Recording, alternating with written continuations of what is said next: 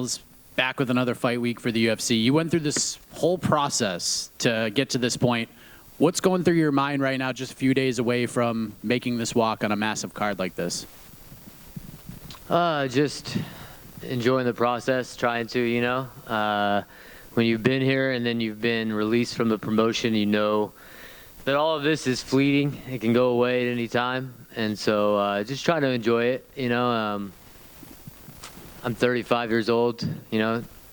7, 8 years from now, there's no way I'm going to be here. 5 years from now, there's probably no way I'm going to be here. So trying to enjoy it while it lasts and just have fun with it, you know. Put in the longest camp I've ever had for this fight.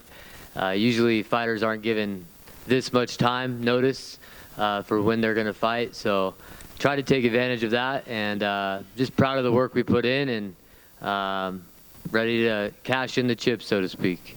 Yeah, I was going to ask about that because you were the last guy to earn a spot on the show because your semifinal match didn't air until last night. How wild has this experience been, knowing filming wrapped for a while, you know you've been kind of getting ready for this, but then you have to keep this to yourself, that you were in the finals the whole time?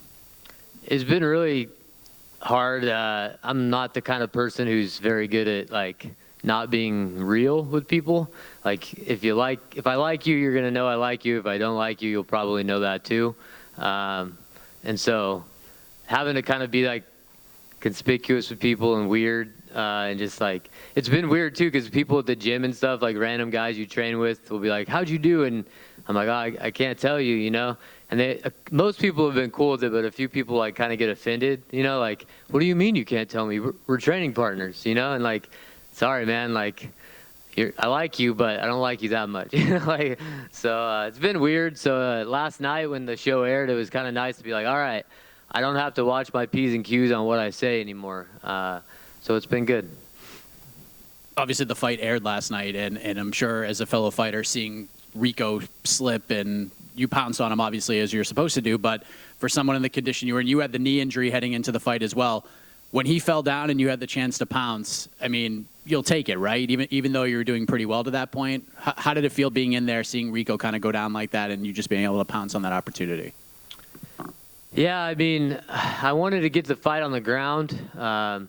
I switched my stance for that fight and kept my toes pointed in like a boxer, because I didn't want to get kicked on the inside of my leg where my MCL was torn.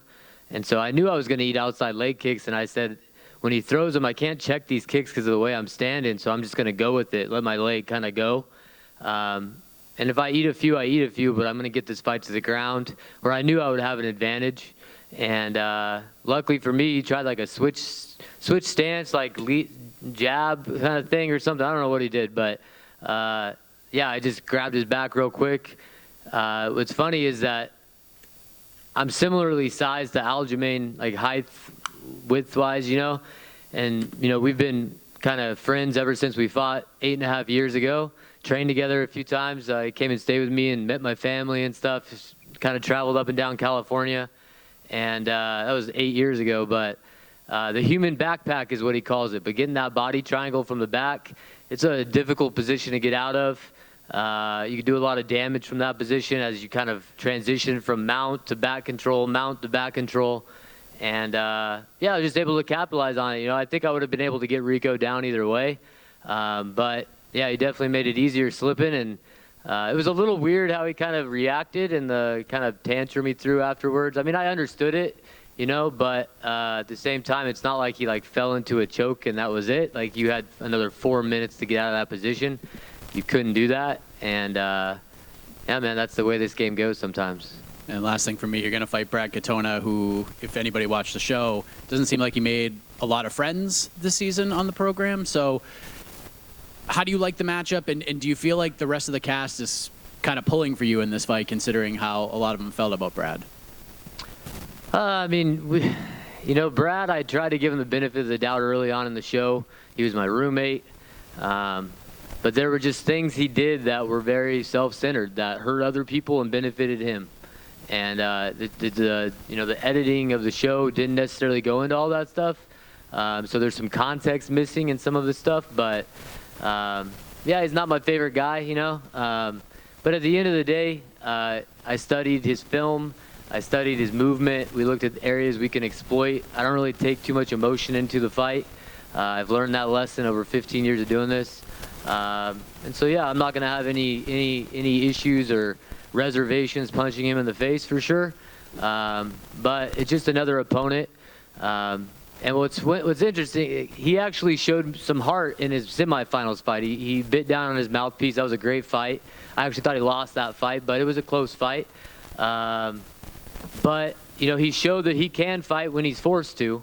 But if you go back and watch his film, man, it was one of the most boring film studies I've ever seen. He just holds guys against the cage, eventually tries to drag him to the ground and then hold him. He's not trying to do a lot of damage. He's trying to kill time on the clock. I think personally that's why he was cut from the UFC originally. He's just not the most exciting guy.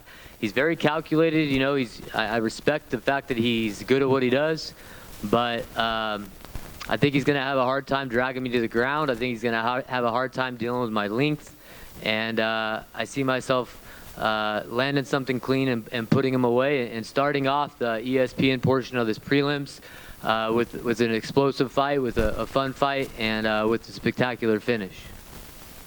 Cody, over here to your right. You guys trained together. You were on the same team for a little bit on the show. Did you guys, I mean, how much were you able to take away from those experiences? Brad didn't train with us. Brad trained the first day with me. He was my training partner. He got a scratch on his chin, and that was the last time he ever trained with us. He hit mitts, and he did cardio. So I didn't train with him too much. He didn't train with any of us too much. And maybe that was strategic. He didn't want to, you know, mix it up with guys that he could potentially fight, or maybe that's just the way he trains. I'm not sure, but yeah, I didn't get a whole lot of movement with him. Literally the first day of the show, he was my training partner for some drills, and then that was it. So yeah, man, we'll figure it out when we get in there.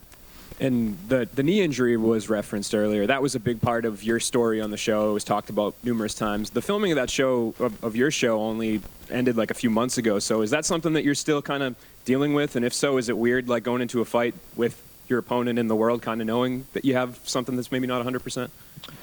Oh, no. You know, luckily the UFC, the stem cells they gave me really helped. Got me through that, not only that fight, but I think also as far as recovery afterwards. And we went home after the fight, did about 3 months of extensive physical therapy every day, or every couple of days. And my knee's 100% good now. I had a great camp, had no limitations. Somebody asked me the other day which knee you hurt, and it took me a minute to think about it. Like, it's this one, you know, because that's how much I don't feel it anymore. So I'm healthy, had a great training camp. I'm a full-time teacher. So I was able to utilize the fact that we had summer vacation and train full-time. I've only been able to do that a few times in my career when I've had like late summer fights. So this was great. I had a 13-week training camp, 3 times a day. So I got no excuses, man. I'm in the best shape of my life. I feel great. And I'm going into, yeah, man, just have fun. At this point, I'm just proud of the work we did. And when you're proud of yourself and the work you've put in, you don't have to think about or worry about the results so much. You're going to be proud of yourself no matter what happens on Saturday night. But definitely intend to not only just win this show and beat Brad Katona and get a spectacular finish, but really announce my presence to the bantamweight division.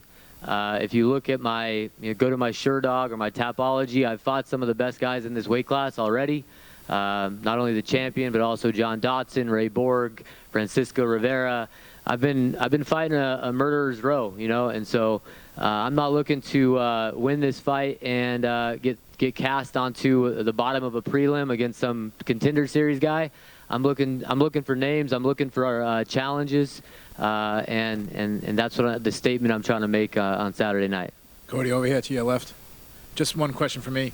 Obviously, this is now your second stint in the UFC. What did you learn in your first stint that's going to make you more successful now so you can make that run up the rankings like you want to? I think at the end of the day for me, and you kind of saw this on the first episode or my quarterfinal fight episode, it's just confidence, you know? When you're not truly confident in yourself, you might be on the exterior, you might have confidence like everybody has, but when you don't really believe in yourself, it's hard to have success, at least at this level. And so for me, this whole 8.5 years since I've been in the UFC, if you look at most of the guys that were on the show, you know, they were a year removed from the UFC, maybe 2 years removed from the UFC. I was the one guy who was like kind of the ugly duckling, man. It's been a long time for me.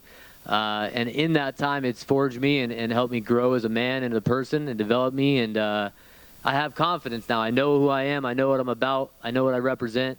And that's going to be the biggest difference you see from me in the cage and in this second stint in the UFC. Cody, over here to your right.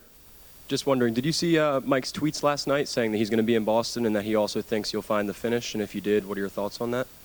Yeah, I talked to Mike 2 days ago. He gave me a call. We've stayed in touch throughout the, after the show. Yeah, it's great. It's going to be great to have him here. I believe that his opinion, holds weight, and I think that he's right. I think I'm going to find a finish. I think I hit hard. I'm big, and he's gonna have a hard time dealing with me and the pressure I put on him. I don't think Brad truly likes to be in the fire, and I'm going to put him in the fire. So I couldn't agree more. And then I'm just wondering, did your perception of either coach change at all compared to going into the season, then coming out of the season? I didn't have much expectations for coaching going into it. Honestly, it's only, you're only filming for 4 or 5 weeks. So what Michael Chandler was able to do for us as far as bringing us together as a team and finding unity there, I don't know how he did it, but he did. So I have a lot of respect for him, more so than I probably anticipated I would have. And then as far as McGregor goes, I had met him a few times. I used to be represented by Paradigm Sports Management back in the day, so we had crossed paths a few times, fought on the same card, actually, when he fought Dustin Poirier in his first fight against DP. So I had been around him a little bit, but definitely got to know him a little bit more. Not my favorite guy, a bit erratic. You're not sure what you're going to get with him. So, yeah, I think they changed a little bit to some extent, but yeah, just blessed to have the relationship I do with Chandler and all the guys I met, all the coaches I met, Coach Stroud, Coach Drysdale. I got places to train all over the world now, and I'll have connections in those places, so just really fortunate for that. Thank you, guys.